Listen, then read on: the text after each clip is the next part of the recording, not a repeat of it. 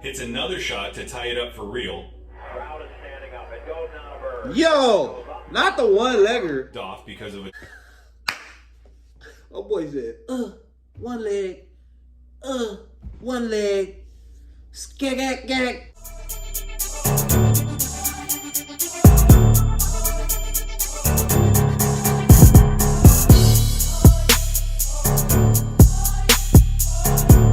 What is good, YouTube? We are back with another reaction video. Today we are reacting to Making the Case, Larry Bird.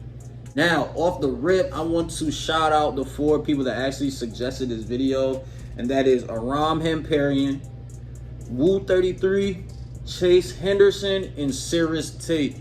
I apologize if I say your YouTube names incorrectly. If I did say them incorrectly or correctly, just let me know for future purposes in the comment section. Like, if I gotta shout out again, I want to make sure I'm saying your name right. But if you guys have not already, go ahead and watch my last Larry Bird reaction. That was a big reason that this video was suggested. I told y'all I was kind of naive on Larry's history, so I guess this is my history lesson. This is why y'all suggested it. So without further ado, we're gonna jump right into this reaction, bruh. I'm hyped. Oh, and I'm taking y'all advice, all right? A lot of y'all said I was talking through the facts in the last video or my previous video, so whenever I got something to say, I'm gonna just pause it, all right? I'm gonna listen to what they telling me about Larry. Let's get into it. Let's get it. basketball is special.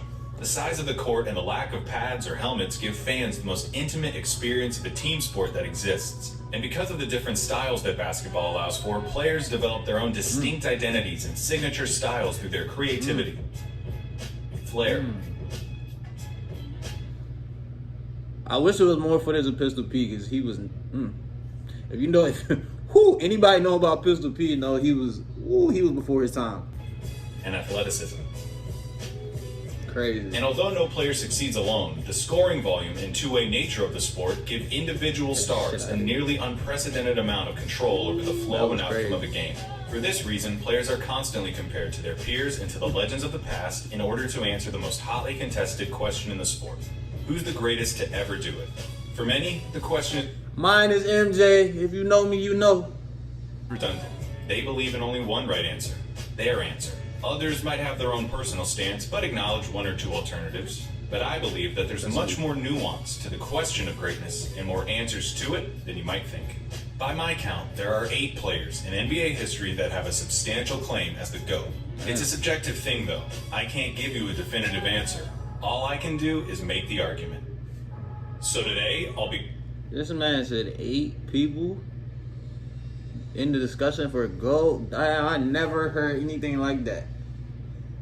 But you always hear about like 2, 3. making the case for Larry Bird as the greatest basketball player of all time. Let's get into this. Let's get into this.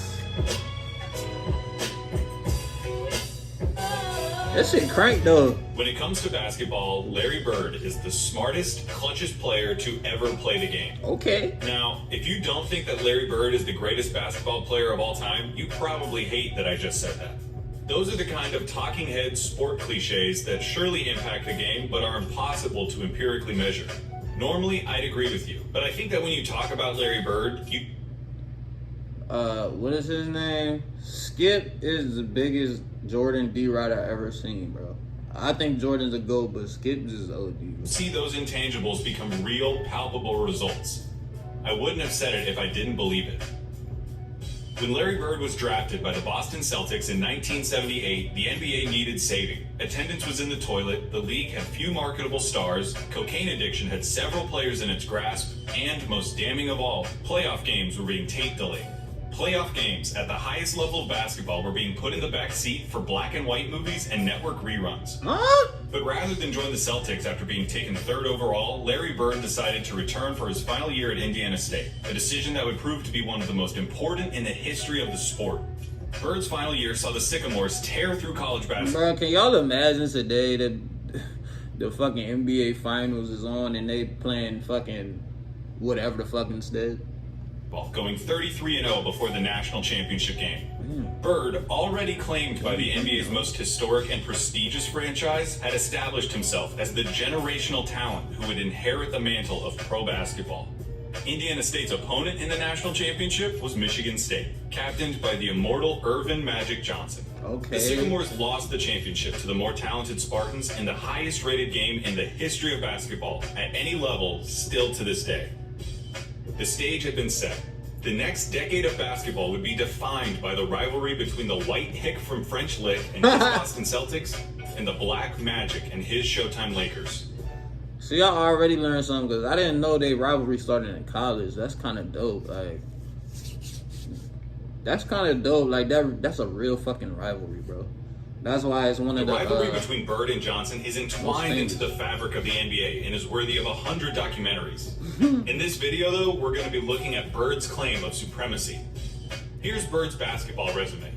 His 3 championships come with perhaps the highest collective degree of difficulty of any player's championships. His 3 MVPs came consecutively, making him only the 3rd player to accomplish the feat, along with Bill Russell and Wilt Chamberlain. His 2 Finals MVPs are misleading. He was absolutely the best player on the '81 Celtics, but he was only a sophomore, and his 15 points per game in the finals gave the media an excuse to exact a little vengeance on a legendarily difficult interview. His All-Star and first-team selections also come with the caveat game in the finals gave the media an excuse to exact a little vengeance on a legendarily difficult interview. No, 2 things. Bro, winning the MVP 3 years in a row is tough as hell. What they say, he was only 3rd person to do that. And second of all, they literally said the media didn't want him to win MVP. That's crazy. All-Star and first-team selections also come with the caveat that Bird only played for 13 seasons and missed all but 6 games of the '89 season following surgeries on both feet. I can hear you already. Only played for 13 seasons and missed all but game in the finals gave the media an excuse to exact a little vengeance on a legendarily difficult interview. His All-Star and first-team selections also come with the caveat that Bird only played for 13 seasons and missed all but 6 games of the '89 season following surgeries on both feet. I can hear you already. A 13-year career, and this guy is supposed to be the GOAT? What color of paint are you huffing, Clayton? Green. That boy was an All-Star every year except for 1 season. That's crazy. Obviously. But hear me out. Yeah, Bird's career lasted about 2/3 as long as it should have. But what he did in that time was so impressive and so substantial that every basketball fan acknowledges that he's in the conversation as the greatest ever. Doesn't it matter that those 13 years saved professional basketball, delivered a disproportionate amount of memorable moments, defined the golden age of the league, and produced a career by which all other forwards, before or since, are measured? Bird squeezed every drop of talent out in those 13 years and made it seem more like 30. He didn't just leave his fingerprints on the game. He left so much of his DNA in the sport that it needed a cigarette afterwards. There's something to be said about the candle that laughed. You hear what this nigga said? He left so much of his DNA in the sport that it needed a cigarette afterward. They said he fucked the game like. He said half as long. 30. He didn't just leave his fingerprints on the game. He left so much of his DNA in the sport that it needed a cigarette afterwards. There's something to be said about the candle that lasts half as long but burns twice as bright. Those 3 MVP years stack up with any other run by any other player. I will put an A+ Larry Bird season up against anyone's. Hold on, I need to pause this. Sorry, I gotta pause this to read it. 83 to 84, 83, 84 to 85, 86. He averaged 26, about 7 assists. Where's his rebounds at? What is that, like 10 rebounds? Okay, 10 rebounds. 26 and 10, okay. And about 7. And 2 steals. All right. An A+ Larry Bird season look like? A full box, a blowout win, a nearly undefeated record at home, and a play style that could only be described one way: white. Larry Bird isn't just a white basketball player, he's the white basketball player. To describe Larry Bird's game is to thumb through the Hoops dictionary and pick out every cliche about white players. Unathletic, great shooter, good fundamentals, the whole thing. The arc. Okay, First thing, last reaction video, I said Larry Bird was unathletic, but I don't think that. Or not, I don't even think I said that. I think he's not as athletic as a lot of the other greats. Obviously, he's athletic. The motherfucker played in the NBA at one of the highest levels. Obviously, he's in a GOAT conversation. So I don't agree with them saying he wasn't athletic. He just wasn't as athletic. And he wasn't like a natural athlete. Type of a white basketball player is Larry Bird, with one exception. He had an unparalleled understanding of the game of basketball, both as a physical contest and as a mental competition. His basketball IQ infected everything he did and catapulted his career into legend. Bird was a complete player. Jerry West called him nearly as perfect as you can get. He was the league's first great marksman. He could contort his body to shoot from anywhere on the court, regardless of the level of defense. He pioneered the art of the dagger 3 and was the founding member of the 50-40-90 club. At 6'9", Bird's understanding of angle. Bro, I fuck with y'all in the comments because y'all really like taught me like half these facts already. I did not know before the comment section that he was the first member of the 50-40-90 club. Y'all definitely let me know that. And somebody else was like he was the founding member of the 3-point dagger.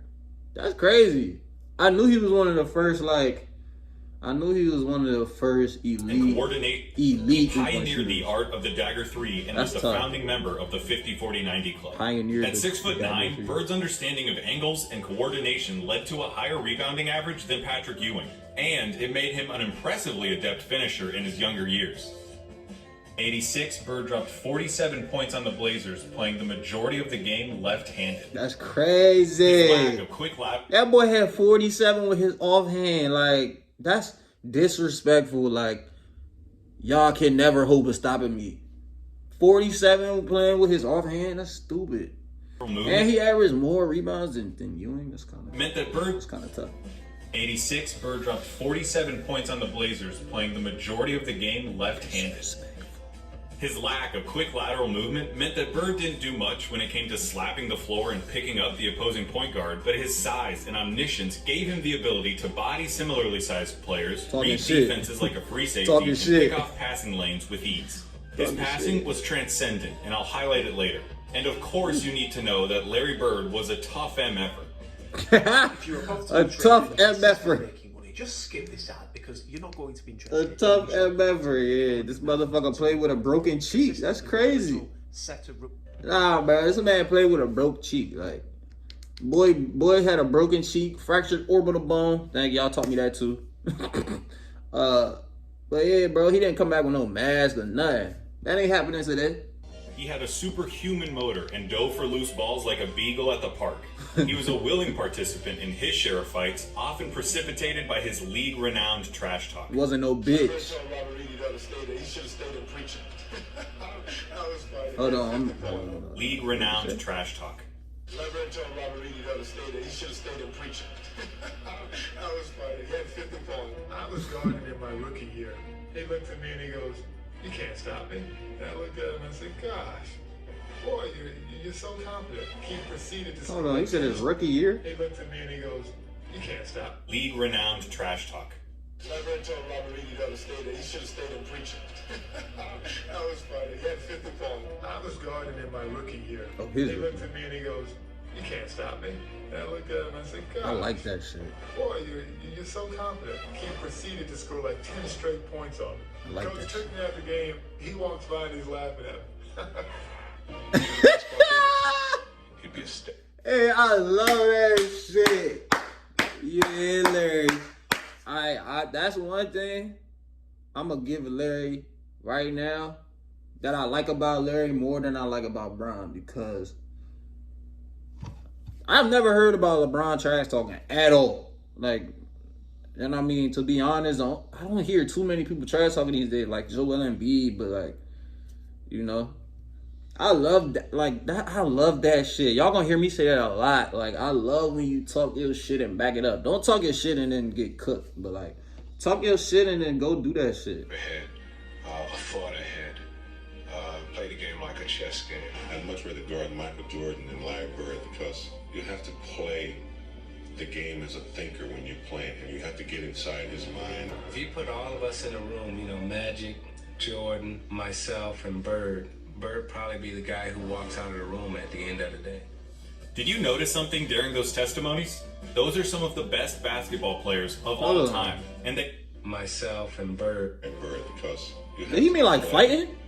The game is a thinker when you play it, and you have to get inside his mind. That's If you tough. put all of us in a room, Magic, Jordan, myself, and Bird probably be the guy who walks out of the room at the end of... All right, what James Worthy said though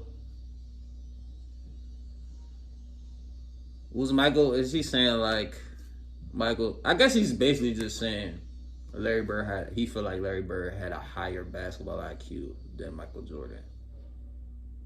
Interesting. He said he would rather guard Michael than Larry. Wow. Is he? I feel like he's kind of saying like he's more predictable, which, hey, that's saying a lot, bro. Bro, you saying a lot if you're saying I'd rather guard Jordan than anyone. That's crazy. Did you notice something during those testimonies? Those are some of the best basketball players of all time. And they all sing Bird's praises like they were former assassins who had to go toe-to-toe with John Wick. And they're just happy to be alive. Bird excelled during one of the most talent-rich periods in league history. The abridged list of his basketball rivals goes like this. Dr. J and Moses Malone on the Philadelphia 76ers. Sidney Moncrief on the Milwaukee Bucks. Isaiah Thomas, Bill Laimbeer and the Bad Boy Pistons. Dominique Wilkins on the Atlanta Hawks. Bernard King on the New York Knicks. Legends. Michael Jordan on the Chicago Bulls. Hakeem Olajuwon and Ralph Sampson on the Houston Rockets. And of course, Magic Johnson, James Worthy, and Kareem Abdul-Jabbar on the Los Angeles Lakers. Damn. There's no point avoiding it any longer. We have to look at Magic versus Larry. If you have Magic over Larry, it's because he has 5 rings to Larry's 3, had a peak that lasted about 2 or 3 years longer than Larry's, and had a 2-1 record against Bird's Celtics in the finals. Perfectly legitimate, completely respectable arguments. But in the interest of making Bird's case, allow me to retort. For nearly the entire decade of the 1980s, the Eastern Conference was irrefutably the more competitive conference between the two. Considering the competition, for Bird to have made 5 finals appearances is just as impressive as Magic's 9. As for the head-to-head record responsible for Magic's 2 extra titles, he had more help. Seriously, the Celtics' Big 3 and the Lakers' Big 3 get compared all the time historically as if they were of equal caliber, but weren't Magic's accomplices just a step above Bird's? No disrespect at all to Kevin McHale and Robert Parrish, but Kareem was the alpha dog on the 71 Bucks and was the best player for at least 2 of the Lakers' 5 titles. Hell yeah. Who else he had? James Worthy was the #1 pick out of UNC after winning a championship as the best player on a team that had Michael Jordan on it. Throw in... Bruh.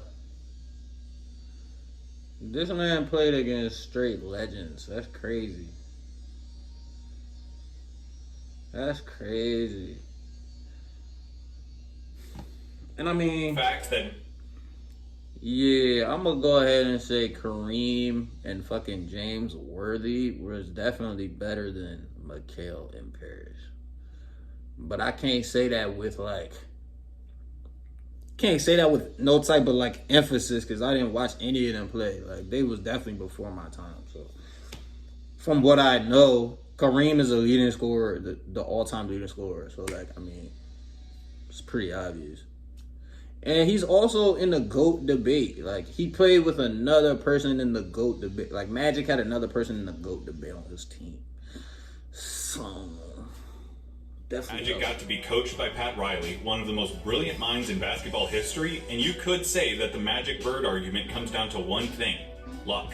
So if their careers come down to luck, the question just becomes who you would rather take. Now, I'm not making this video to tell you why you shouldn't take Magic. I'm making this video to tell you why you should take Bird. Not just over Magic, but over everybody. One thing that helps him is the fact that his play would translate perfectly into the league today. A 6'9" sharpshooting forward with eyes in the back of his head who averaged double-digit rebounds in an era against Moses and Laimbeer.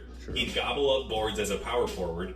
He'd be an offensive mismatch against everybody as a small ball center, and his off-ball skills and passing would pair perfectly with the flow of today's game.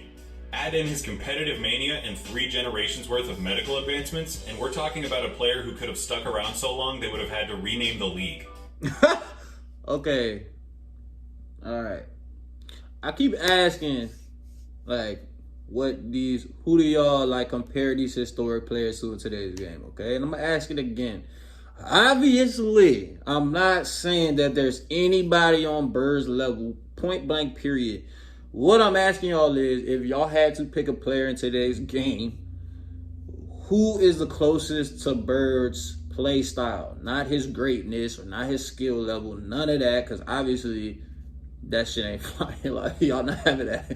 But I want to know who y'all think is closest to his play style. Like, I said Luka, but I feel like it's more like a Luka mixed with... Because Luka don't play defense. So I must take a Luka. Because Luka's very creative. He's about the same height. He's not like super athletic. He just doesn't play defense. And I know he talk his shit, and he has that kind of arrogance on the court. I must say it's like a mix between Luka and... I don't know. I want to say like KD, because how effortlessly he scores, and clearly Bird was like an effortless scorer, but KD is so athletic and he's taller. But yeah, what do y'all think? As you've been watching these clips of Bird, I would hope that you would notice something. Ugh. He always knows where everybody is. That's true. Watching Bird play basketball is like watching those monsters from A Quiet Place that know where you are if you make any noise at all. Bird had a level of clairvoyance that bordered on the unnatural. Stupid. In '85, he ended up 1 steal away from a quadruple-double after playing just the first 3 quarters. His passing was... Nigga, what? Oh, I'm sorry. What? I'm sorry. I'm trying to stop saying it in my videos. Boy, this boy almost had a quadruple-double in 3 quarters. That's crazy. A quadruple-double is insane. And then to have like almost 10 steals. Famously infectious and not be helps that transform fast. the Celtics of the 80s into an ideal that basketball teams at all levels are still shown tape of. They moved the ball with precision and intent, always looking for better shots and determined to get the entire team involved in the effort. That fact is almost entirely attributable to Bird and his wizardry with the ball. I'm sorry, y'all, but this day was just funny how he was running out of court. You can't tell me he looked like he running fast. The ball with precision and intent, always looking for better shots and determined to get the entire team involved in the effort. He's struggling. That fact is almost entirely attributable to Bird and his wizardry with the ball. This acumen also helped Bird become the only player with a GOAT claim to transition successfully into other basketball roles after his playing career. True. In his 3 years as the head coach of the Pacers, Bird won a Coach of the Year award, coached the Pacers to their first and only finals appearance, and gave Michael Jordan as much trouble as he'd ever gotten in his career in the '98 Eastern Conference Finals. After moving into a front office role for Indiana, he won Executive of the Year in 2012, becoming the only person to have an MVP, Coach of the Year, and Executive of the Year award. On the court or up. That's tough, okay. I'll give him that. That's some basketball greatness right there. He said an MVP, a Coach of the Year, and Executive of the Year. That's tough. Because Jordan is a trash basketball executive. What is he, the owner? GM? He's the owner, right, of the Hornets? The only good decision I've seen him make is LaMelo so far.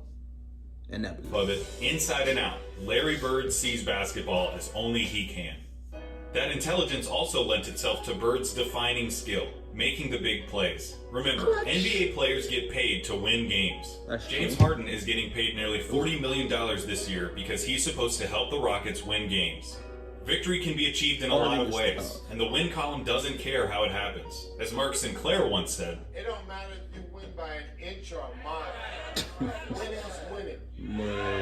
This video kind of funny. but when your team is down 1 in a crucial playoff game with 8 seconds left, and you need to hit a shot to stay in the series and keep your season alive, that's where players really separate themselves and earn their money.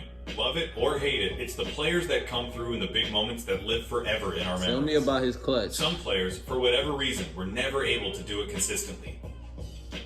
Some players were truly outstanding at it. Larry Bird was the best at it. Oh, the best?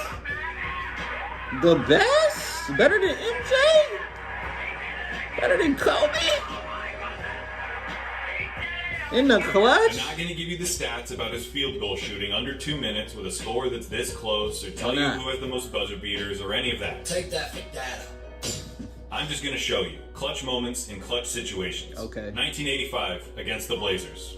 Bird drops 48 points, including this. Down 1 with 2 seconds left. Inbound pass to double teaming Bird. Larry, fake, fall away. 5 against the Blazers. Yo, I saw this shot. I think the shot was in the last joint, but I didn't know the magnitude. I didn't know. Bro, this is stupid. This is stupid. Look at this fucking shot right here, Bird bro. drops 48 points, including this. Down 1 with 2 seconds left. Inbound pass to double Hold on, dog. 2 things.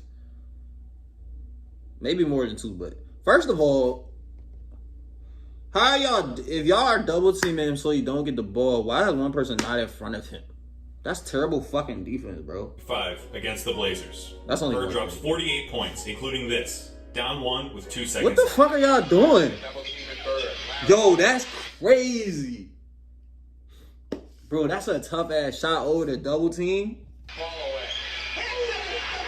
For the dub. 1985 against the Hawks. Bird sets the Celtics scoring record with 60 points with shots like these.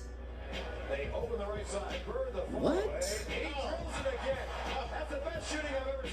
1986 against the Rockets. Not all of Bird's clutch moments were singular. The bigger the moment, the bigger his performance. In Game 6 of the 1986 NBA Finals, That's crazy. Bird clinches the championship with a triple-double in what he calls the best game he ever played. Keck. Keck. 1987 against the Washington Bullets. Bird hits one shot to tie it before it's waved off because of a timeout. Hits another shot to tie it up for real. Crowd is standing up. It goes down to Bird. Yo, not the one legger. Off because of a timeout. Not the one fucking legger. That man really tied the game up twice, bro. Boy, with the one, bro. First of all, I'm sick as fuck. I tied the game up. Then y'all tell me they called a timeout, and then he came back Hits off, another shot to off tie it the up for one real. leg. Crowd is standing up. It goes down. Off the one leg, boy. And then in double overtime, down 1, he does this. It's gonna go to Bird. Yo, nigga, what? Oh boy said, one leg, one leg, skagak. Hold on, I want to see them doing it again, bro. 1987 against the Washington Bullets. 1-3. Bird hits one shot to tie Clap, it before it's tie waved it up. off because of a It's timeout. Hits another shot to tie it up for real. Crowd is standing up. It goes down to Bird. Oh, another thing, dudes is out here acting like that one leg 3 shit is new. Bro, nothing. I'm convinced nothing in the league will ever be new again. Damn near. Like, no matter what, if you have never seen it, you just haven't seen the clip of somebody was doing it. Straight up. Because I remember Hardy was working on his side step, one leg. I mean, okay, maybe the side step. But nigga, the one leg 3, this nigga, he just did it 2 times, bro. That's tough. And then in bruh. double overtime, down 1, he does this. It's gonna go to Bird. He's got a shot. That's cold, yo. For 3 years, from 1986 to 1988, the three-point contest knew no other champion but Larry Bird. Damn. So cold. Still gonna drop one here quickly. 14. So Just the cold. tie for the money. Yo! I love that. 1987 Eastern Conference Finals, Game 5. Tied at 2 games apiece against the Bad Boy Pistons, this enormous game would put the winner 1 game away from the NBA Finals. Oh, the shit, Pistons yeah. are up 1 with seconds remaining. The ball goes out of bounds off the Celtics. Okay. Isaiah Thomas just needs to inbound the ball to win the game. Huh? Hold on, bro. Isaiah Thomas just needs to... Hold on, bro. I wasn't listening. Against the Bad Boy Pistons, this enormous game would put the winner 1 game away from the NBA Finals. The Pistons are up 1 with seconds remaining. The ball goes out of bounds off the Celtics. Isaiah Thomas just needs to inbound the ball to win the game.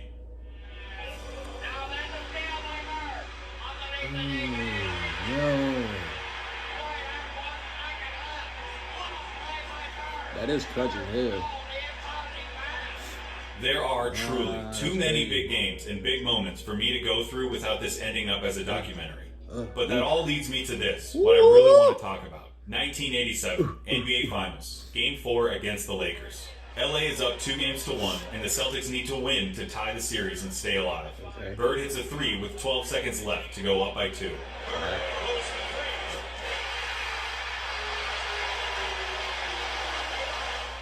Kareem comes down and gets fouled with 8 seconds left. He makes the first, but misses the second. LA ends up with the ball with 7 seconds left, down 1 point. In the low post, being guarded by Dennis Johnson. Byron Scott is in the ball game now. Magic hits this, the baby skyhook. Scores with 2. 2 seconds left, down 1. Dennis Johnson on the inbound. Bird fires it. What do you think happens? He made that shit. I bet it wasn't that. When I paused the tape and the ball was hanging in the air, you thought it was going in. Hell yeah, I did. Bird thought it was going in. Magic thought it was going in. I've seen this game before, and I still think it's going to go in. But it didn't. No, it was crazy what he said. I already knew the outcome of that game because I remember that historic hook shot is like a historic play. And I'm like, I'm out here like, damn, did I forget it? Am I wrong? Like, is my memory fucking up? Pat Riley said it himself. We got lucky. But And that, a on missed shot in the line, NBA bro. Finals is why he's the clutchest. Because after he makes the big plays, has the big games, hits the big shots, time and time again, you expect him to hit every shot, to win every game. And in those fleeting moments when he doesn't, when he looks like a mere human, when he looks like everyone else when he who hit his tries face to on the do what court? he does, you just can't believe it. That's what Larry Bird did. He made the big plays so often, you thought he was going to make them every time. He helped turn basketball into a global phenomenon, paving the way for every Michael Jordan, Kobe Bryant, or LeBron James who comes through our lives. He played basketball in its purest form and captained a team that is consistently ranked among the greatest of all time. He has the second highest win percentage in the history of the NBA, behind Magic by less than 1/2 of 1%, Damn! about 10 games. He I was didn't the even know they complete tracked that. package, a player with no holes in his game whatsoever. They called him Basketball Jesus. That's crazy. He didn't get that name without doing something extraordinary. He saved basketball, That's, and he did it by bro, that's the craziest nickname I ever heard. Basketball Jesus. Like, that's really wild. That's crazy. playing it better than anyone else. Here's Magic at Bird's retirement in 1993. Larry Bird said that there will be another Larry Bird one day. And Larry, there will never, ever, ever be another Larry Bird. To the greatest basketball player ever, but more important, a friend forever. Damn. That's tough. That's tough. Hey everybody, thank you so much for watching. This was a really fun video to make, and I'm going to continue. That's tough because they had a whole career rivalry starting in college, but they still was able to respect each other at the end. Like, that's what I like, bro. We don't have to be friends. I don't have to come shake, like, I don't have to come joke around with you before the game and after. Like, for us to be cool. Like, that's what I don't like about the league today. Everybody is your fucking friend. Like, no, you're not. We're trying to compete. We trying to kill each other on the court. Like, no, I ain't about to laugh it up with you right after the Make game more and of them, shit. so please feel free to subscribe. And while you're at it, go ahead and check out my website, Right, that's ballsandsuch.com, where I post things about, like, if the solar system was a basketball team. I'm gonna cut it off. All right, we are back in the outro. Big shout out to these 4 people again. That is Aram Hamparian, Woo33, Chase Henderson, and Cyrus Tate. Like I said before, hopefully I'm saying y'all's YouTubes correctly. Now, I really appreciate y'all suggesting this video because it definitely helps me understand how strongly y'all was coming in the comments in that Larry Bird video. Like, all I knew is like what my pops told me, and like hearing old heads talking to Jim. But you know, every old head is gonna be like, our era was better. And if you watch my videos, you know I kind of agree that I like the older era of basketball more because of like how intense it was and how dudes was really out to kill each other and wasn't just trying to be friendly and talk how I want to get you on my team later in the season or next year or whatever. Like, I like that. And I like how dudes really was talking a shit. So to really hear about like these GOATs talking about how Larry was like talking his shit. I want to watch the Larry Bird trash talking video because I feel like he was really giving it to them boys. Like, he was really saying some wild stuff. I want to see something about Reggie Miller's trash talk because I know he was crazy. I feel like I didn't hear all the Michael Jordan trash talk stories because he was really wild with his. I want to hear the Larry Bird ones too, but yeah, bro, I definitely took a lot away from this video. Y'all have been telling me in the comments, like, y'all gave me damn near half the facts that I learned in this video. So I appreciate y'all coming in the comments. Please continue to do that. Y'all teaching me stuff I thought I already knew, or, you know, just teaching me new shit. Yeah, man. That's crazy. He had the second highest win percentage in NBA history.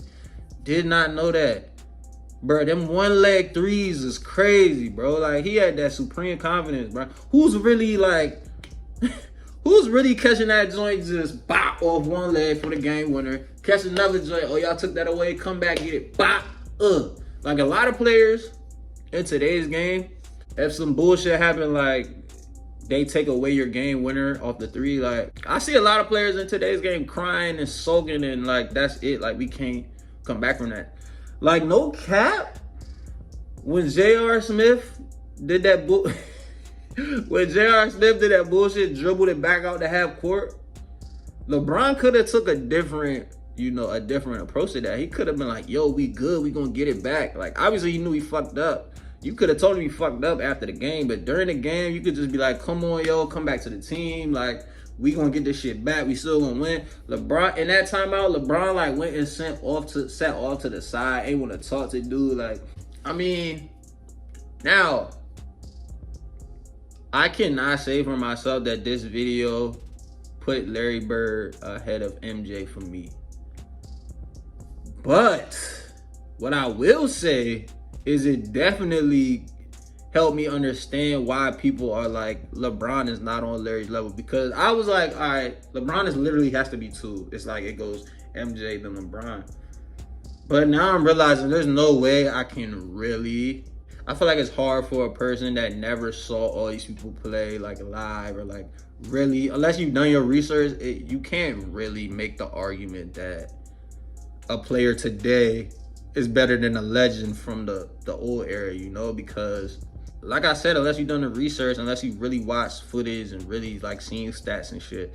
Like Jordan, we all know his stats because he's talked about every damn day. Like every time we talk about GOAT is MJ, which I agree with. So I know about all the shit that he's done. I've seen, like, they have endless movies about MJ. Every damn day on Undisputed, every damn day on First Take is something about Jordan and LeBron or whatever. So we know about him, bro. Like, we know about him in today. Even if you weren't born in that era, you know about Jordan. Damn, this is a long ass outro. I'm gonna get y'all out of here. But yeah, so I definitely appreciate y'all suggesting that video. I see why y'all was going so hard in the comments now. I really do. Like, that definitely changed my perspective of how great Larry was. I already knew he was a legend just because of how he's talked about, but that actually helped me put it in some context better. This was a long ass video. I'm interested to see how much of this y'all watched and how many people watch this. Yeah, man, shout out to y'all for watching. Thank y'all for watching. Thank y'all for suggesting this video.